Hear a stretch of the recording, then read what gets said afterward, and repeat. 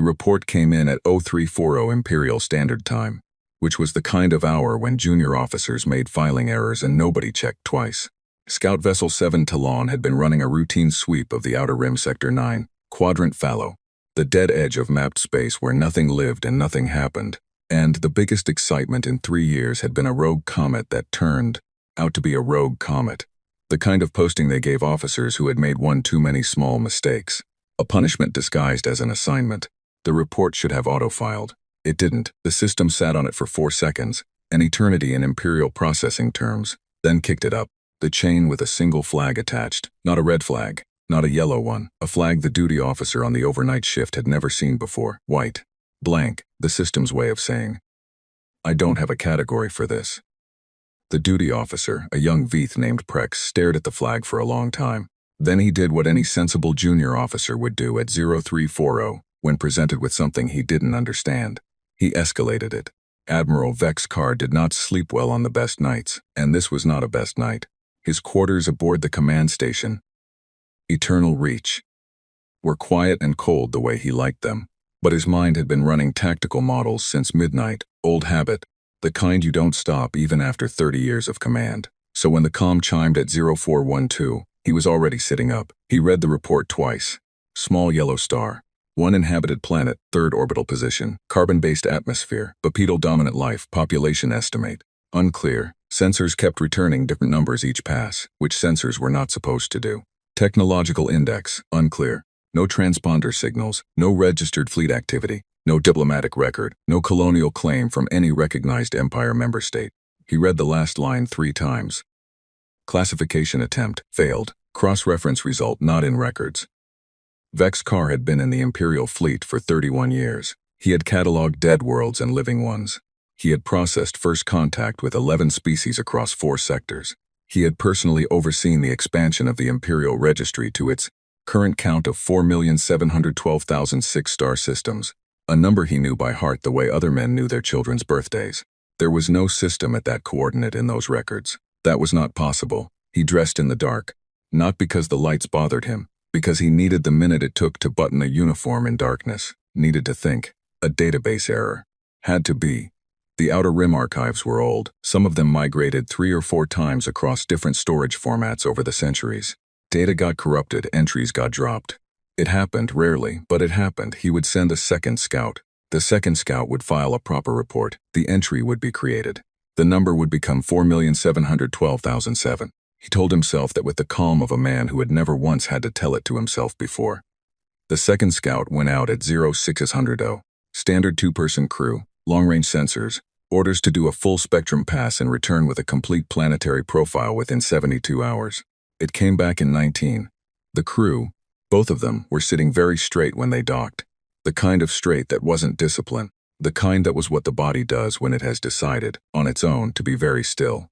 Vex Carr met them in the debriefing room personally. He didn't usually do that for scout reports. He pulled the chair out across the table from them and sat down and looked at them and said nothing. The senior scout, a doll named Veth Oren, who had been running Outer Rim routes for 12 years without incident, put her hands flat on the table and said, "They were already watching us when we arrived, sir." Vex Carr said, "Explain." "We dropped out of transit at the outer edge of the system. Standard approach distance, far enough for passive observation. Before we ran a single active scan, before we pinged anything, we picked up targeting locks, 12 of them, from assets we could not visually locate.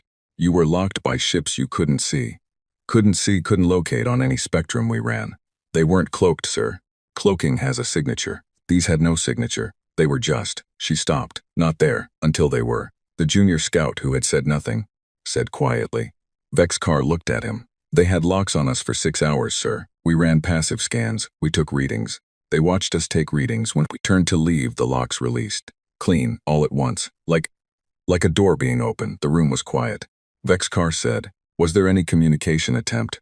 Veth Oren put a data chip on the table between them and slid it across. "1 transmission," she said. 40 minutes into our observation window, we didn't respond. We didn't know what it was at first. It came in on a frequency we don't actively monitor. It took the system 11 minutes to even identify it as a directed communication rather than ambient signal. What was it? She looked at the chip. Then at him. Text only, sir. Imperial Standard. Clean grammar. No dialect variants. No translation artifacts. Whoever sent it either speaks it natively or has had a very long time to practice. He picked up the chip. He didn't look at it yet. What did it say? 4 words, sir. She said the 4 words. We've been waiting. Vex Carr sent the cruiser. Bright Dominion. 2 days later. Not a scout, a proper cruiser. 400 crew, full weapons complement. Enough firepower to crack a moon. He told Captain Drevsol to make the approach visible. No quiet observation.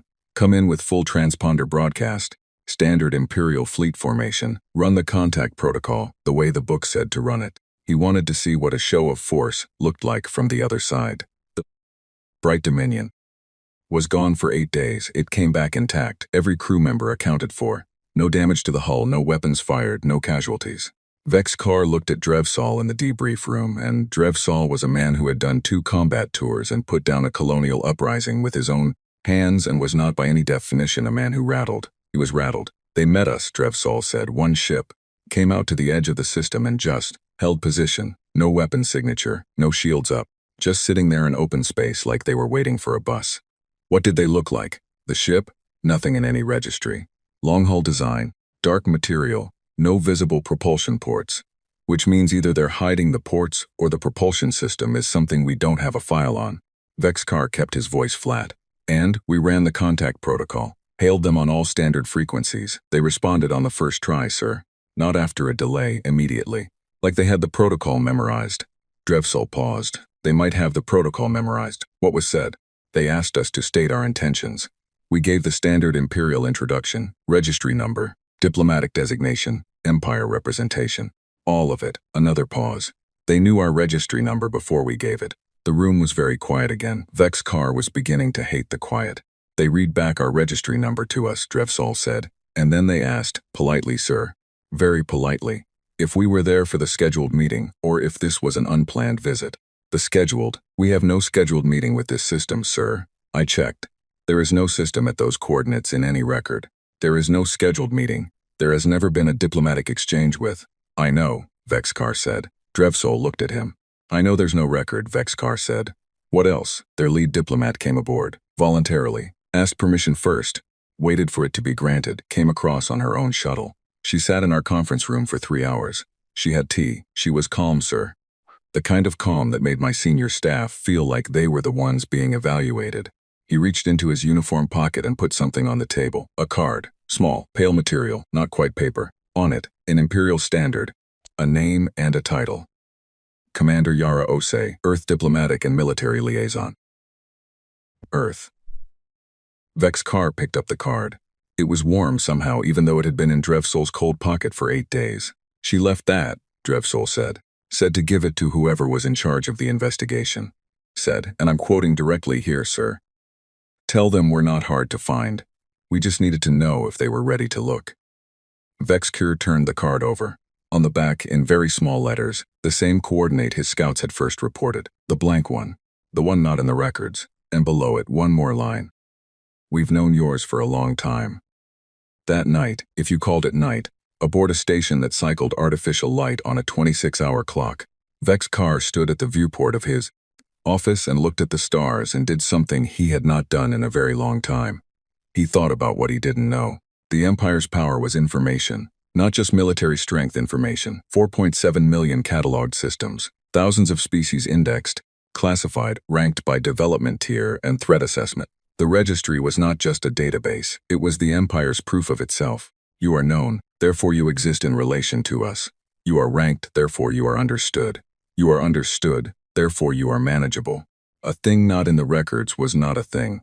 Except this thing had sent ships into Imperial space without triggering a single border sensor. Had placed targeting locks on Imperial scouts without any detectable technology. Had a diplomatic liaison who showed up aboard an Imperial cruiser and drank tea and left a business card like she was attending a trade fair. Had been waiting. His reflection in the viewport looked the same as always. Square jaw, the gray that had come in at his temples 3 years ago. The particular set of the eyes that officers under his command called the look among themselves. The expression that meant he had decided. Something in the deciding was already done. The reflection was lying to him. He hadn't decided anything. He didn't have enough pieces. He pulled up the original scout report on his desk terminal. Read it again. The part that kept snagging wasn't the missing records, that he could almost explain. Archival error, ancient data loss, fringe of map space. What he couldn't explain was the debris field, or rather, the absence of one. Every inhabited system the Empire had ever cataloged had a debris field. It was a byproduct of early-stage space activity, spent propulsion casing, dead satellites, the wreckage of test vehicles and failed launches, the accumulated litter of a species learning how to leave its own atmosphere. You could estimate a civilization's technological age within a century just by reading the density of its debris field. This system had none. Not thin, not sparse. None. Either this species had never had a space program, which did not match the ships that had locked onto his scouts, the shuttle that had docked with Bright Dominion, the diplomat who had crossed open space in a vessel that ran on something Imperial sensors couldn't read, or someone had cleaned it up, every piece of it, deliberately. He stood at the viewport for a long time. The stars didn't move. They never did. That was the thing about them. You could build empires in the space between them, catalog every rock and gas cloud and spinning dead world, fill 7 million records with names and ranks and threat assessments. And something could still be sitting out there, in the space between the known things, watching the Empire build, waiting. He picked up the card again. Earth. He had never heard that word before tonight. In 31 years of Imperial service across 4.7 million cataloged systems, he had never once encountered that word. It sat in his hand like a stone. He put it in his pocket, not in a file, not in a report, his pocket. Then he went to his desk and began writing the briefing that would wake up Imperial intelligence in the morning.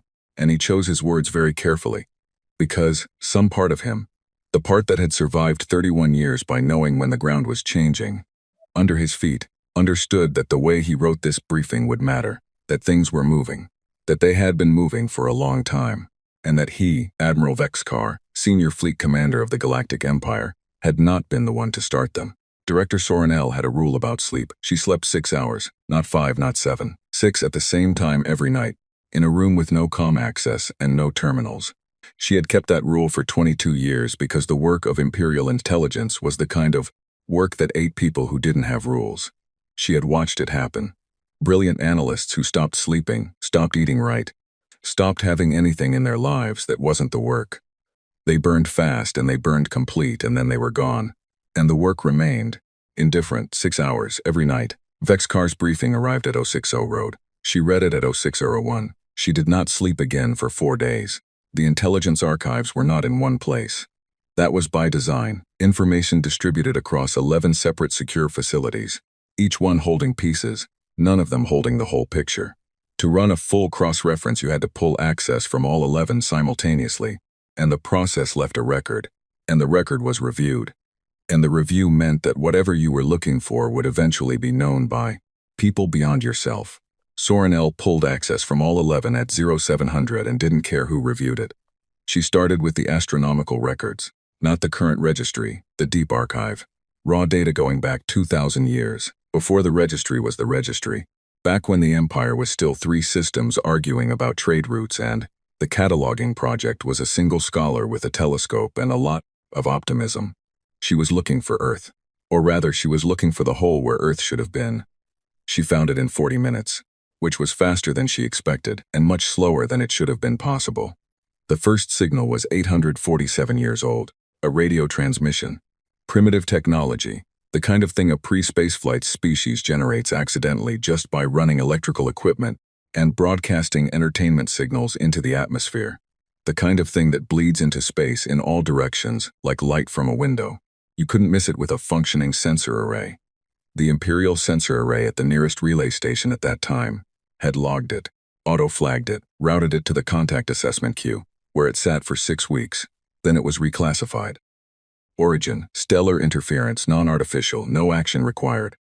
Sorenel stared at that reclassification for a long time, because stellar interference did not produce structured signals with repeating mathematical intervals. Any second-year intelligence analyst could tell the difference. Whoever had reclassified that signal had either been catastrophically incompetent or had been something else entirely. She pulled the reclassification record, found the analyst ID, ran the ID. The file came back clean. A Geth analyst named Voss Rin, 40-year career, no disciplinary record, retired with commendation. She pulled his full personnel file and read it twice, and nothing was wrong with it. Nothing was wrong in the way that everything being right is sometimes more suspicious than something being wrong. A file without a single rough edge, without one missed day or minor reprimand or personnel note that said, occasionally difficult in meetings. Real careers had texture. This one was smooth. She flagged it and kept pulling. There were more. That was the thing. That was the thing that made her stop, twice, and sit very still at her terminal with her hands in her lap. Not because she was frightened, she was, but because she needed to not move for a moment and let the shape of what she was seeing settle into something she could hold. The signals came in waves, not constant, spaced across centuries, the way a species' technological development actually progresses. Primitive radio, then more complex broadcasts, then something that read as early propulsion testing, then the electromagnetic signature of nuclear energy. Then, about 200 years ago, the first traces of what might have been early faster-than-light experiments. Each wave, at exactly the point it should have triggered Imperial Contact Protocol, had been reclassified. 17 times over 800 years. Different analysts, different relay stations, different sectors of the outer rim as the signal spread, but always the same result. A flag that should have started a contact assessment, quietly turned into a notation about stellar interference or equipment calibration or data corruption, and filed away where no one would look at it again. 17 separate people across 8 centuries making the same quiet wrong call. That was not coincidence. Coincidence was one person, maybe two. Coincidence did not sustain itself across 17 instances and 800 years without breaking once, without a single analyst asking a question or raising a concern or leaving a note that said, something feels off about this. 17 people had seen Earth and 17 people had looked away. She pulled every personnel file, read all of them. Most were Geth, a few Dahl, 2 Veeth, long careers, clean records, unremarkable retirements. The smooth file pattern held across all of them. She lined them up on her secondary screen. 17 faces, 17 clean careers, and looked at them the way she looked at things when she was trying to find what they had in common. She almost missed it. Not in the faces. She wasn't looking for something that obvious. She was looking at the dates, service dates specifically, when each analyst had been assigned to the relay station or sector where they'd processed the Earth-adjacent signal. The assignments had not been random. The assignments were lateral transfers, every one of them. Someone posted to a relay station from another post, or from a desk assignment, or from a training program. In each case, the transfer paperwork was routine. In each case, the transfer had been processed by a different mid-level logistics coordinator somewhere in the Empire's sprawling administrative body. She started pulling the logistics coordinators. She found 6 of them. She almost kept going. Almost pulled those files the same way she'd pulled the others, when something made her stop. A different instinct. The one that had kept her alive in this job when the clean, analytical approach would have walked her into a wall. She ran the 6 logistics coordinators through facial composite analysis instead of personnel records. Stripped out the ID numbers and the career histories and the commendations. Just faces against the biometric database. One of them came back with a flag, not a match to another Imperial employee. A match to a physical profile type that the biometric database categorized, for lack of a better file, unclassified bipedal outer rim. She sat with that result for a very long time. Then she locked her terminal, put a level 6 security hold on everything she'd accessed in the last 6 hours, and walked to the window of her office. Outside, the station's rotation brought the starfield into view. Slow, steady, the same stars she had looked at from this window for 9 years. She had spent those 9 years building what she privately considered the most complete picture of the galaxy's intelligence landscape that any single person had ever held. She knew which species were lying to the Empire about their military capabilities. She knew which trade agreements were fronts for resource extraction.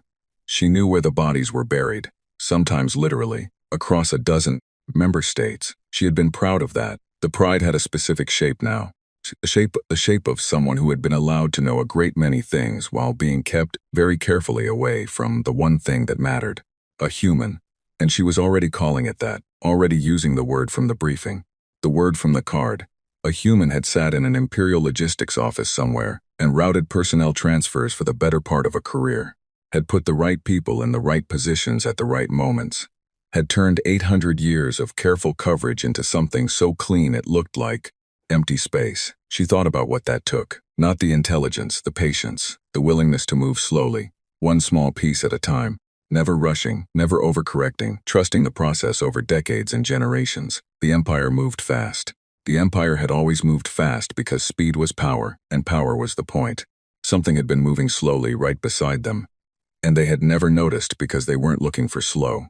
On Earth, though Sorenel would not know this, would not know any of it until much later, would reconstruct it afterward from records and testimony, the way you reconstruct a fire from the shape of the ash. General Dao Wei was eating breakfast, rice, plain, a habit from childhood that had survived 63 years and 2 careers and the particular exhaustion of being the man who knew the most about the longest plan anyone had ever made and could not tell anyone about it.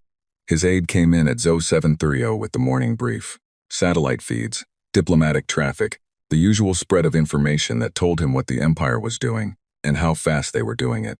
He read the relevant line, looked at the date, put down his chopsticks. He had a bottle on the shelf above his desk, something amber, something old, something he had been given by his predecessor with instructions not to open it until the day the Empire finally looked. He took it down, poured 2 glasses, small ones, the kind you pour when you're marking something, not celebrating it. He drank one, left the other on the desk, looked at it for a moment. Then he picked up his comm and started making calls, and his voice was the same voice it always was, quiet, unhurried, a little tired, and everyone who received those calls understood that the next phase had begun. Back in her office, Sorenel pulled up a report template and stared at the blank header for a while. She knew what she had found. She knew what it meant. A network, patient, distributed, multi-generational, embedded inside the Empire's own administrative body, not espionage in the traditional sense. No stolen secrets, no sabotage systems, no assassinations, just a very long, very quiet act of misdirection. Look here, not there, file this wrong. Transfer that person.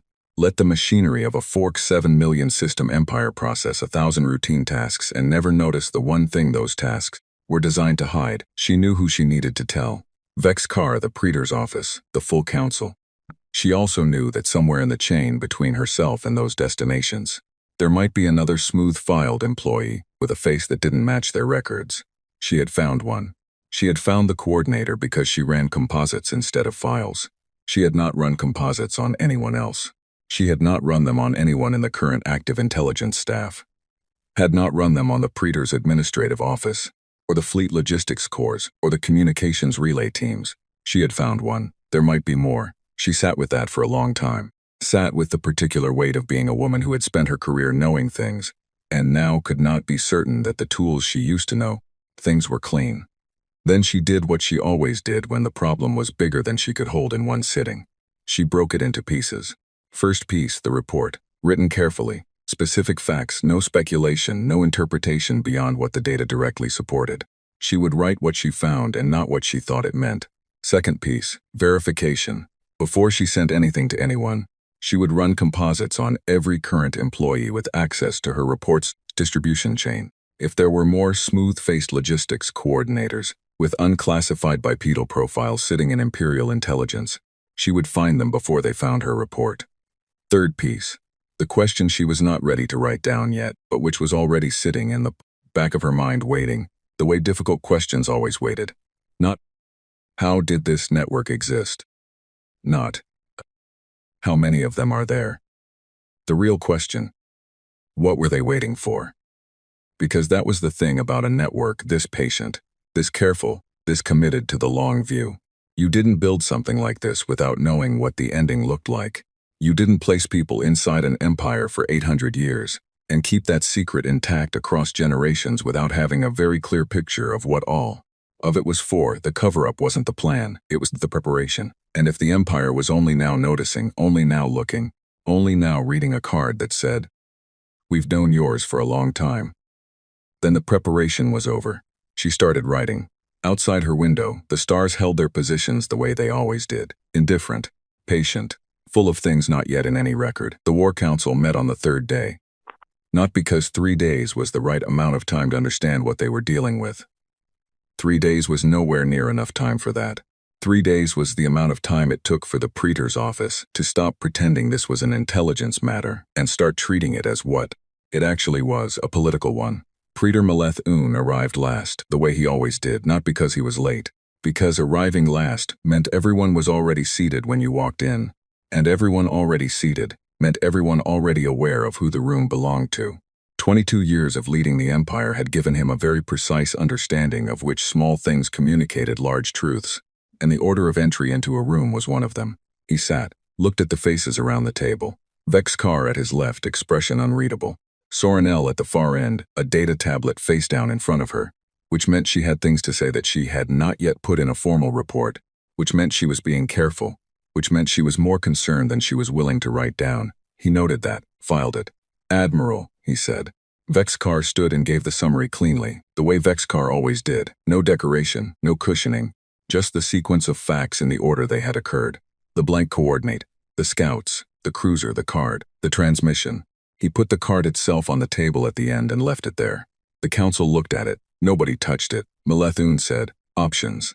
Vex Carr had 3. He laid them out the same way, clean, ordered, undecorated. First, diplomatic contact. Send a formal delegation. Establish communication through proper channels. Treat this as a standard first contact scenario. Acknowledge the anomaly in the records as an administrative oversight. Proceed as though the situation were normal. Second, blockade. Position a fleet at the system's edge. No engagement, no invasion, a show of presence. Force the other side to respond to Imperial terms rather than setting their own. Third, preemptive military action. The system had one inhabited planet. Imperial fleet strength in the region was sufficient. A Tier 3 conflict by every metric. Quick, manageable, low cost. The numbers were on the table. Fleet strength, estimated planetary population, projected engagement duration, resource expenditure. Clean columns of figures that turned a situation with no good answer into something that looked like arithmetic. Councillor Dreth Von, who had been running military appropriations for 11 years and thought in budgets, looked at the third column and said, the preemptive option is the most efficient use of. The numbers are wrong. Sorenel said it without standing up, without raising her voice. The flat delivery of someone stating a fact they had already verified twice. The table looked at her. She picked up her tablet, turned it over, did not look at it. She had already memorized everything on it. The population estimate is based on atmospheric sensor readings and surface thermal signature mapping. Both of those methods assume the population is distributed the way populations are normally distributed, concentrated in urban centers, stable, not moving. If a population is in active relocation, both methods return numbers that are too low by a significant margin. She paused. The fleet registry is based on transponder detection. Their ships do not carry transponders. Our registry does not reflect their actual fleet strength. It reflects the number of their ships we have been able to locate, which is a different number and probably a much smaller one. The table was quiet.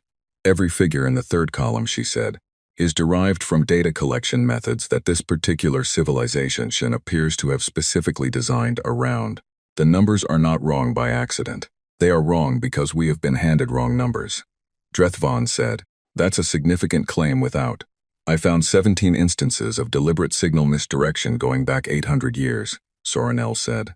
I found at least one human asset embedded in Imperial administration. I have not finished looking, which means there may be more, which means I cannot tell you with confidence that any data channel we use to compile these estimates is clean. She put the tablet down. The numbers are wrong.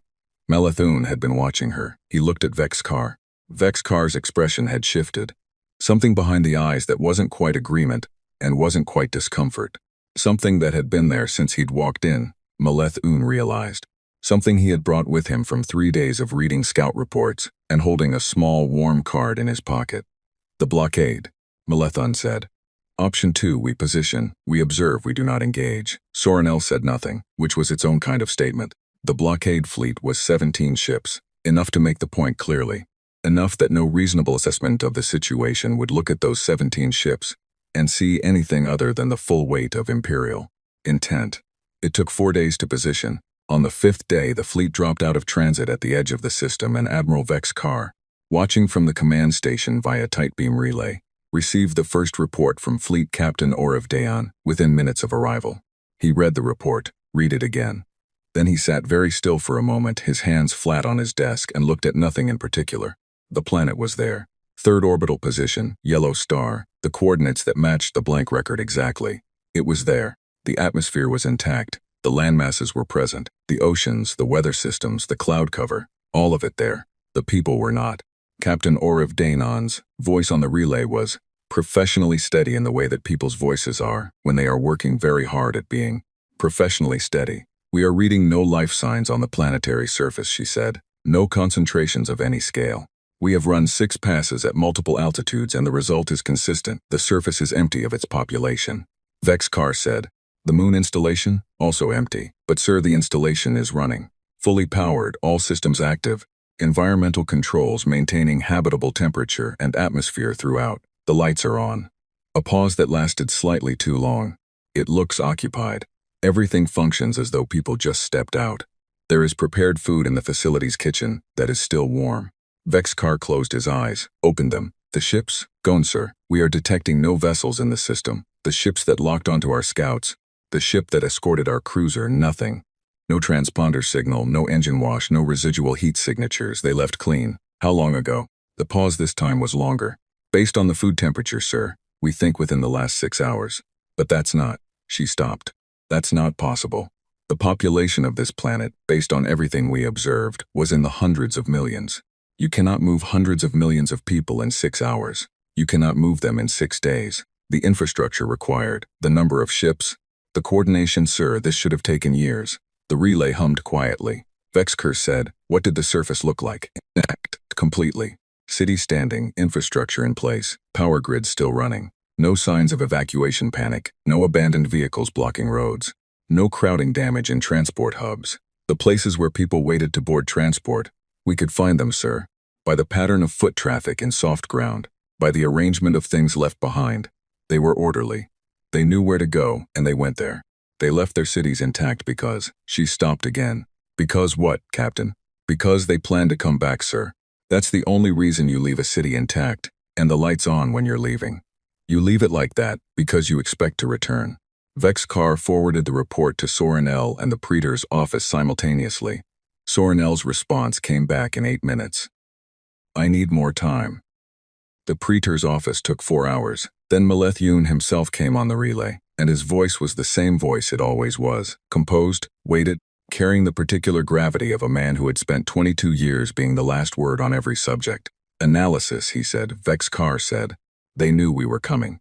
The blockade decision was made 4 days ago in a secured council chamber. They were moving before that, possibly before the council met at all, possibly before we positioned the first scout." Silence on the relay. "They were watching the council chamber?" "I don't know, sir.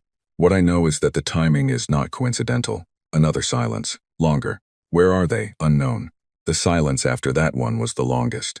Vex Carr could hear the shape of it. The Praetor processing what it meant for a population in the hundreds of millions to be, simply, unknown. To have stepped off a planet and into blank space and left no trail that 17 Imperial ships could find. "What do they want?" Malethon said. "I think," Vex Carr said carefully, "that they want us to ask that question." The transmission came 40 minutes later. It arrived on a standard Imperial communication frequency, properly formatted, routed through the relay network with a transmission ID that the system logged without error. Clean, professional. The kind of transmission that came from someone who understood exactly how to send a message through Imperial infrastructure. Captain Oriv Dan forwarded it to Vex Carr without comment, which was comment enough. It was text only, short. The sender ID listed a name he already knew. Commander Yara Ose, Earth Diplomatic and Military Liaison. And a set of coordinates. Deep space, outer rim, far from the empty planet and the lit-up moon and the cities with their power grids still running. Below the coordinates a time, 12 hours, and then 2 lines. Come if you want to understand. Don't if you'd rather keep guessing. Vex Carr read it on his terminal. Then he walked to the viewport and stood there the way he had stood 3 days ago, looking at stars. Except now the stars were different. Now he knew that somewhere among them, moving through the dark on ships with no transponders and no engine signatures, were hundreds of millions of people who had rehearsed this, who had known their route and their timing and their role. Before the Empire had ever sent a single scout to look at them, he thought about what Oriv Dan had said.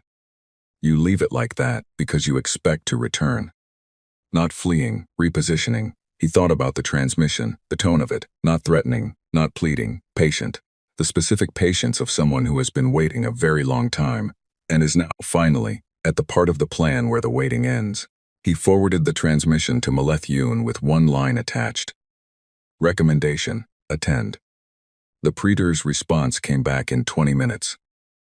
Send a drone. Vexcar read that, put it down, picked it up again, read it again. Then he walked to his personal shuttle bay and told his pilot to plot the coordinates and did not send a second message to the Praetor's office, and did not ask for authorization, and did not think too long about what he was doing, because if he thought too long about what he was doing, he would do the sensible thing instead of the necessary one. The shuttle launched at 0300. 12 hours. He had been wrong about things before. He had made calls that cost ships, that cost lives, that he still measured himself against in the small hours of the morning when the tactical models ran behind his eyes like old film. He had been wrong. He did not think he was wrong about this. Whatever was at those coordinates, it was not a trap. Traps didn't leave their cities with the lights on. Traps didn't send politely worded invitations with choices attached. Whatever was at those coordinates had been built for this exact moment. He sat in the back of his shuttle as it accelerated into the dark, and outside the small window the stars moved the way they always did, not at all. And somewhere ahead of him, in space that was not in any record, something was waiting. It had always been waiting. He was only now beginning to understand what for. The station had no business being there. That was the first thing Vexcar thought when it came into view, not, "What is that?" or, "How large is it?" but the simple structural wrongness of its existence in this particular patch of space. The outer rim was old dark and empty dark, and the kind of dark that had been dark since before the Empire had a name for itself. Nothing was built out here. Nothing had reason to be. The station was built out here. It was large. Not in the way Imperial stations were large. Not the aggressive bulk of military engineering. Not the sprawl of a trade hub. Large the way old things were large. Like it had been here long enough to settle into the space around it. The material of its hull was dark. Not the dark of absence, but the dark of something that had absorbed a great deal of light over a very long time. It had no visible weapons ports, no defensive array, no fleet of escort ships holding position around it. It sat in the black like it had nothing to prove. Vexcar's pilot brought the shuttle in slow, which was the right call. There was a docking signal broadcasting on a frequency the shuttle's system recognized. Imperial Standard, again, that small detail that kept sitting wrong. And a docking bay that opened as they approached as though they had been expected, which they had been, which Vexcar was starting to understand, was going to keep being true about everything. They docked. The bay was clean and warm and lit with a soft light that wasn't quite like Imperial station lighting. Warmer, somehow, less clinical. There was gravity, properly calibrated. There was air, properly mixed. Both of which meant this station had been built with Imperial physiology in mind or had been adjusted for it, either of which was its own kind of statement. He stepped out of the shuttle. Sorenelle was already there. She was standing at the bay entrance with her arms at her sides and her face doing something it almost never did. Nothing. Not composed. Not calculating. Just present. She looked at him the way people look at each other when they have separately arrived at the same place by different roads, and the coincidence of it is not quite funny. "The Praetor sent you too," he said. "The Praetor sent a drone," she said. "I came myself." He looked at her. "I've been looking for embedded assets for 3 days," she said. "I found 3 more. I don't know how many I haven't found yet. I needed to understand what we're dealing with before I put anything else in writing." She paused. "Also, the drone would have been a mistake."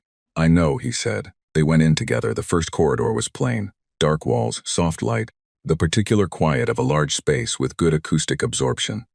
Vexcar walked and said nothing, and Sorenelle walked beside him and said nothing, and the corridor opened into the first room, and they both stopped. It was a hall, wide enough that the far walls were slightly soft with distance, high-ceilinged.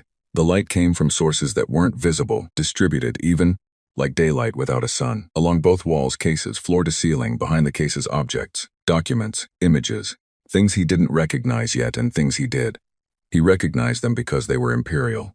That was the second wrong thing, after the station's existence. The objects in the cases were Imperial weapons, Imperial insignia, Imperial administrative documents in the specific format the Empire had used during its first expansion period, 400 years ago. Artifacts from the Veeth annexation, a flag from the Dahl consolidation, a treaty document with a burn mark along one edge, the same burn mark that appeared in historical records of the outer colony disputes, because one of the signing parties had tried to destroy their copy before it could be enforced.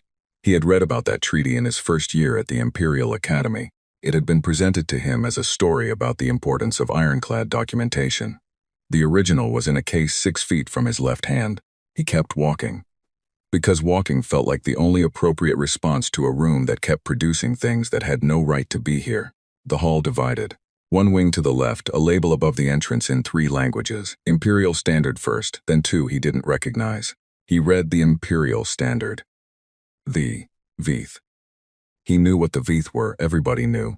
A species from the Inner Rim, early in the Empire's expansion. They had resisted annexation. There had been a conflict. The conflict had been resolved. That was how history books described it. The conflict was resolved. He had always understood, in the way that adults understood things they had been children when they were taught. That resolve was doing significant work in that sentence. He walked into the Veeth wing. There were testimonies, printed, physical, mounted behind glass, in Veeth script, which he couldn't read, but with Imperial Standard translations below each one. He read 3, stopped reading. Not because they were difficult to read. Because they were easy, clear, specific, first-hand accounts written in plain language. And the plain language described things that he had never seen in any document in any Imperial archive big. As the Imperial archives did not contain plain language about this particular subject. The conflict had not been resolved. The Veeth had been destroyed, not annexed, not absorbed, destroyed systematically and completely, over a period of 11 years, and then removed from the record, with the same patient thoroughness that someone had used to remove Earth from the record, except this time the thoroughness had been imperial, and what was being removed was not a secret to protect but a shame to bury. He stood in the Veeth wing for a while, then he walked out and kept going. There were others, a wing for each. Names he knew as historical footnotes, species described in Academy texts as pre-expansion tier, absorbed or defunct. Each wing with its objects, its documents, its testimonies, each wing labeled with 2 things, a name and a date. The date was the date of the last record. Soranel walked beside him through all of it. She didn't speak. She was doing what she always did, taking it in, filing it, building the picture, but her pace had slowed since the 3rd wing, and once, just once, she stopped completely in front of a mounted photograph, a large one, taking up most of one wall, a city that had been a city and was not anymore, and stood there long enough that he had moved several steps ahead before he noticed she wasn't. Beside him, he waited. She caught up, said nothing, kept walking. He didn't say anything either. Some things didn't need to be named. At the end of the museum there was a final wing, no label above the entrance. He almost walked past it before he noticed the absence of a label where every other wing had one. He went in, empty cases, clean floors, the same soft light as everywhere else. The display cases were the right size, mounted at the right heights, arranged in the same configuration as the other wings. Everything prepared, everything ready, waiting for contents that had not yet been placed.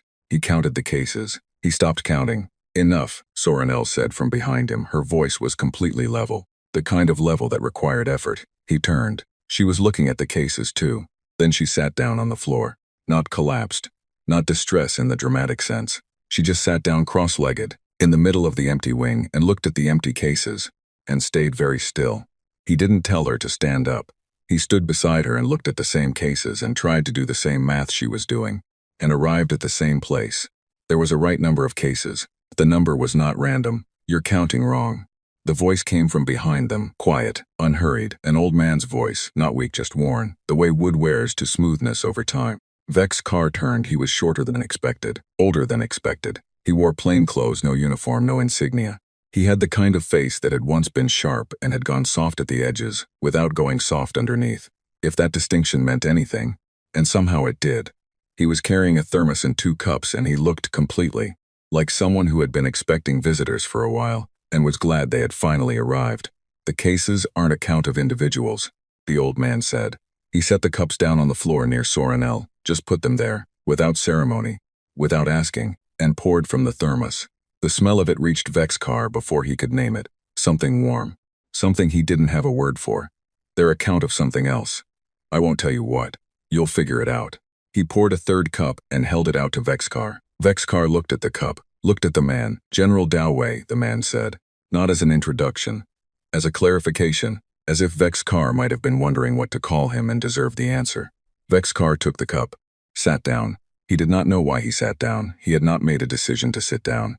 His body had simply arrived at the floor, and that had been that, and he was not the kind of man that happened to. And yet here he was, sitting on the floor of an empty museum wing at the edge of mapped space, holding a warm cup of something, and next to him Sorenelle was holding her own cup and looking at Dao Wei with the expression she reserved for intelligence sources who had more than she expected. Dao Wei sat across from them, old knees, slow descent. He settled and looked at the empty cases the way they had been looking at them. Not with satisfaction, not with threat, with something more like tiredness. "How long has this station been here?" Sorenelle asked. "The first section was built 340 years ago," Dao Wei said. "We've added to it since." "The first section," she said, "meaning this wing." "No," he said, "this wing is new, relatively." He looked at the empty cases. "We hoped we wouldn't need it." The room was quiet for a while. Vex Carr looked at his cup, drank from it. He didn't ask what it was. It was warm, and it was slightly bitter, and it was the first thing he'd had since leaving the station that his body processed as food rather than fuel. "You built this for us," he said. "Not a question. The museum, you built it to show us. We built it to remember," Dao Wei said. "Showing you is secondary." He turned the cup in his hands. "We've shown it to others, quietly, over the years. Species that were deciding whether to align with the Empire or find other arrangements. We don't tell them what to decide. We just show them the record. How many species have seen this?" Dao Wei looked at him with something that might have been the beginning of a smile. "Enough," Sorenelle said. "The transmission. We've been waiting." "What were you waiting for?" The old man was quiet for a moment. Not because he didn't have the answer, because he was deciding how much of it to give. "We were waiting," he said, "for you to be ready to look." He looked at Vex Carr. "You came without authorization. That matters. That's a person choosing to know something instead of being told what to know. We needed to know if the Empire could still produce people like that. And if we couldn't, then the empty wing would have a label," Dao Wei said. "Very simply, and a date." The room held that. Vex Carr did not look at the cases. He looked at the old man, at the tiredness in him, not defeat, not satisfaction. The tiredness of someone who has carried a thing for a very long time, and is now, finally, at the part where someone else knows about the weight. "We never wanted a war," Dao Wei said. "We wanted you to choose not to have one." He picked up his thermos. "That's still what we want. And if the Praetor doesn't choose that..." Dao Wei poured himself more tea, didn't answer immediately, looked at his cup. "Then the record will be complete," he said. Outside the viewport at the far end of the wing, space was the same as it always was. Dark, indifferent, patient. The stars holding their positions across distances too large to mean anything and too large to ignore. And somewhere among them, hundreds of millions of people on ships without transponders moving through the black, waiting to go home. Vex Carr drank his tea. He thought about the Veith wing, the photograph Sorenelle had stopped in front of, the burn mark on the treaty document. He thought about the empty cases and what they were counting. He finished the cup and put it down carefully, and looked at this tired old man from a planet not in any record, and understood, in the specific way that understanding arrives when it is too late to be comfortable, that this conversation was not the plan. This conversation was the mercy built into the plan. The plan didn't require him to understand. He was here because they had hoped he might. Malethune had not slept either. Not in the disciplined way. Sorenelle didn't sleep. Not because the work demanded it. Because the particular machinery of his mind, the one that had run the Empire for 22 years on a combination of information control and political timing, had stopped producing clean outputs and was producing noise instead. The same fragment cycling, an empty planet, a lit-up moon, a card on a table that nobody touched, a transmission with 2 sentences and a choice built into them. Come if you want to understand. He had not come. He had sent a drone. The drone had arrived at the coordinates and found the station and begun its passive scan, and then its feed had cut out, not destroyed, not jammed. The drone had simply turned around and come home, its mission subroutines intact, its sensors intact, every system green. It had turned around the way a dog turns around at a particular smell, some deep code instruction tripping that Malethune's technical team spent 4 hours trying to locate and could not. They had sent a machine. The machine had been sent back. He thought about that. About the precision of it, not destroying the drone, which would have been a provocation, not jamming it, which would have been detectable, just redirecting it, a gesture that said, "This is not how this works." A lesson delivered without a word. He had been on the receiving end of that kind of move exactly once before, 26 years ago, when he was still a young counselor watching the previous Praetor navigate a coalition dispute. The previous Praetor had said, You can always tell the quality of an opponent by how they say no. A weak opponent slams the door. A strong one just stops opening it. He pushed the thought away. He pulled up the military assessment instead. Fleet position, weapon status. Earth's coordinates still active on the targeting overlay. The planet was empty. They knew it was empty. Orv Dawn had confirmed it 6 ways, but the targeting overlay didn't know what empty meant. It knew coordinates and yield calculations and projected damage assessments. The numbers were clean. That was the problem. Sorinel had told him the numbers were wrong.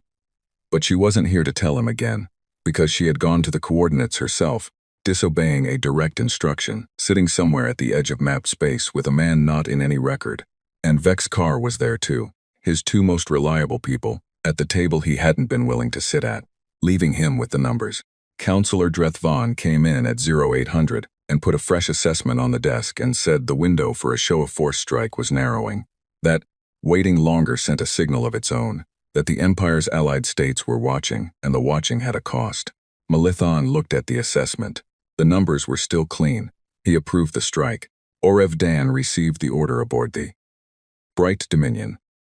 And read it twice, and then set it down on the console in front of her, and looked at it with an expression her bridge crew did not see, because she had turned her chair slightly away from them to read it. She thought about the transmission, the 2 sentences, the choice. She thought about the warm food in the Moon Installation's kitchen, and the foot traffic patterns in soft ground at the transport hubs, orderly lines going in one direction, nobody running. She thought about what Vex Carr had said before he left. Whatever is at those coordinates had been built for this exact moment. She picked up the order and authorized it and gave the command, because she was a captain of the Imperial fleet and she had taken an oath and she had not yet arrived at the place Vex Carr had arrived at when he walked to his shuttle bay at 0300. She was not sure she would ever forgive herself for that. She gave the command. 17 ships opened fire on an empty planet. The volley was full yield. Every weapons platform on all 17 ships, firing in coordinated sequence the way the Imperial fleet had been drilling for 300 years. Overlapping strike patterns, maximum coverage, the kind of coordinated firepower that had ended civilizations and broken moons, and turned the tide of every serious conflict the Empire had faced. Since its first expansion, it hit Earth, and Earth did something with it. The first indication was the light, not the expected light of surface detonations. That was there, briefly, the initial impact bloom, but something else, rising from beneath. From the crust itself, a grid of illumination spreading outward from every impact point simultaneously, like a network waking up, like something buried very deep and very deliberately, receiving exactly what it had been designed to receive. The weapons fire went in. The grid took it, not deflection, not reflection. The energy didn't bounce, it was pulled, drawn down into the surface along channels that the fleet's sensors were only now detecting because they were only now active. A latticework of some material running through the top kilometer of Earth's crust like roots, like veins, like the infrastructure of something that had been growing underground for 30 years. While its architects went about their surface lives above it. The planet ate the fire, all of it.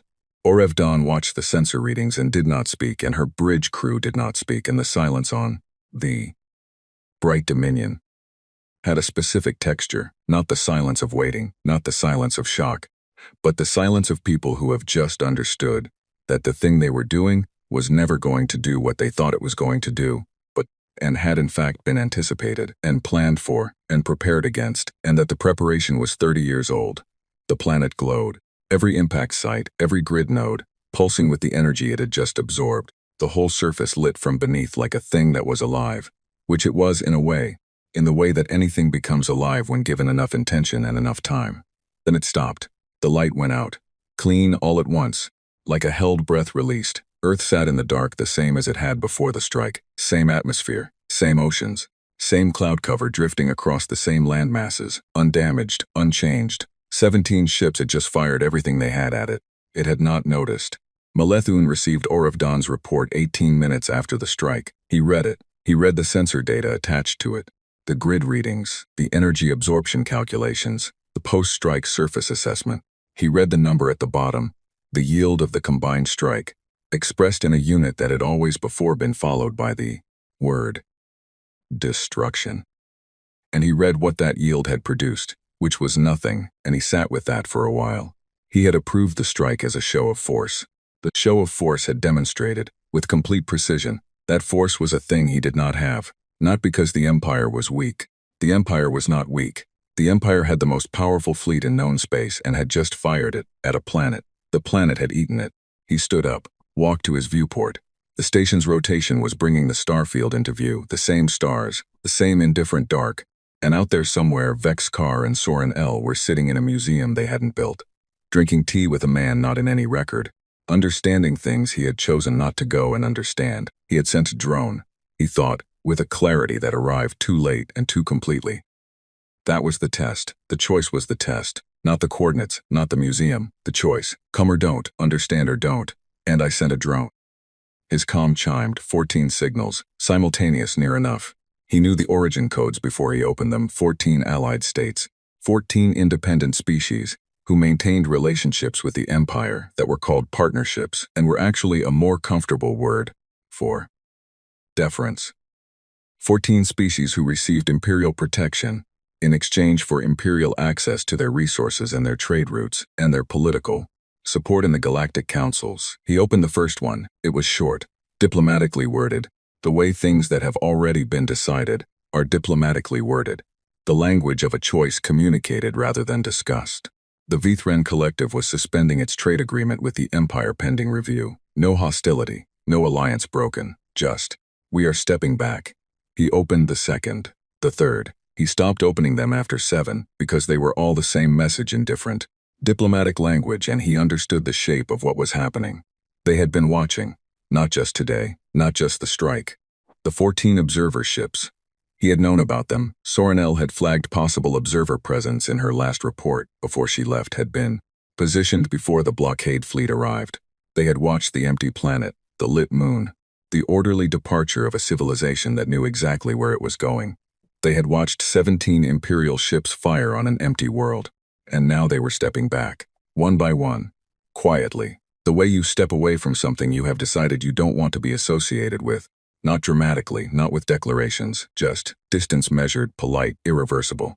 Maleth Un stood at his viewport and watched the starfield and understood what he was feeling only because he had felt it once before, a long time ago. Before the career in the office and the 22 years of being the last word on every subject. He had felt it as a child, the one time he had been caught in a lie, not a small lie, a significant one, the kind that a child tells because they can't yet see how large the thing they're lying about actually is. He had felt the particular exposure of it, the moment when the lie stops working and what's underneath it is visible. He was the most powerful political figure in the known galaxy. He felt exactly like that child. The transmission from Commander Osi began broadcasting 40 minutes after the strike. It went out on every standard galactic communication frequency simultaneously, which meant it had been pre-recorded and pre-scheduled, which meant she had known the strike was coming, which at this point surprised no one who was paying attention. It was not a declaration of war. It was not a list of demands. It was the museum, all of it, the records, the testimonies, the wings with their labels and their dates, the artifacts in their cases. The photograph of the city that had been a city.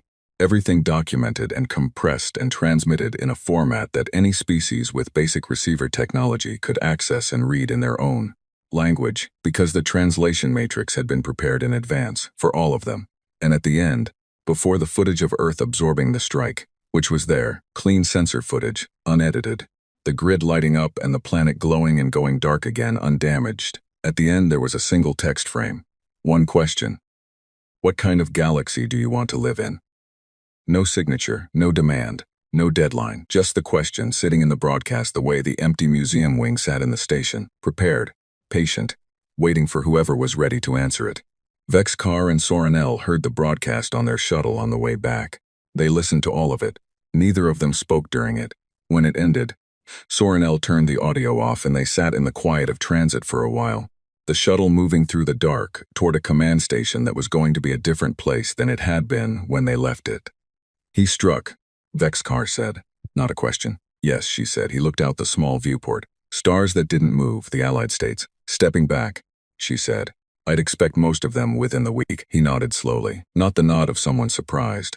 The nod of someone confirming a shape they had already seen. She said 30 years, he said. Dao Wei, the grid, 30 years. At least. Soren L. said, the station is 340 years, he said, to build a museum. to place people inside our administration, to clean up a debris field and hide a civilization in plain sight and install an energy grid in a planet's crust. He paused, and we fired at it. Sorinel said nothing for a moment. Then, we were given the choice not to. The shuttle ran on. Behind them, somewhere in the dark, the station sat at the edge of everything with its soft lights and its warm-lit wings and its empty cases, waiting patiently for contents that, now, might not come. Dao Wei had refilled the cups before they left, had not walked them out, had stayed sitting, cross-legged, looking at the empty wing with his thermos in his lap. The specific stillness of a man who has done what he set out to do, and is now letting the world do what it will with it. He had not said goodbye, he had said, "Give it time." On Earth, and people were already going back. The lights that had never gone off now joined by the lights of returning ships. Cities breathing back to life the way cities do when the people who belong to them come home. Commander Yara Ose sat in a transport bay and watched the feeds, the Allied States, the broadcast, the 17 Imperial ships sitting in orbit around an undamaged planet with their targeting systems, dark, waiting for orders that were not coming because the man who gave orders was standing at a viewport somewhere understanding something that couldn't be ununderstood. She had a cup of something too, not Dao Wei's tea, her own, something from home. She drank it and watched the feeds, and her face was the face of someone who is not surprised and is not celebrating, because the people who make the long plans are never surprised when they work, and never quite able to celebrate them either. The plan working was not the point. The plan working meant the worst thing hadn't happened.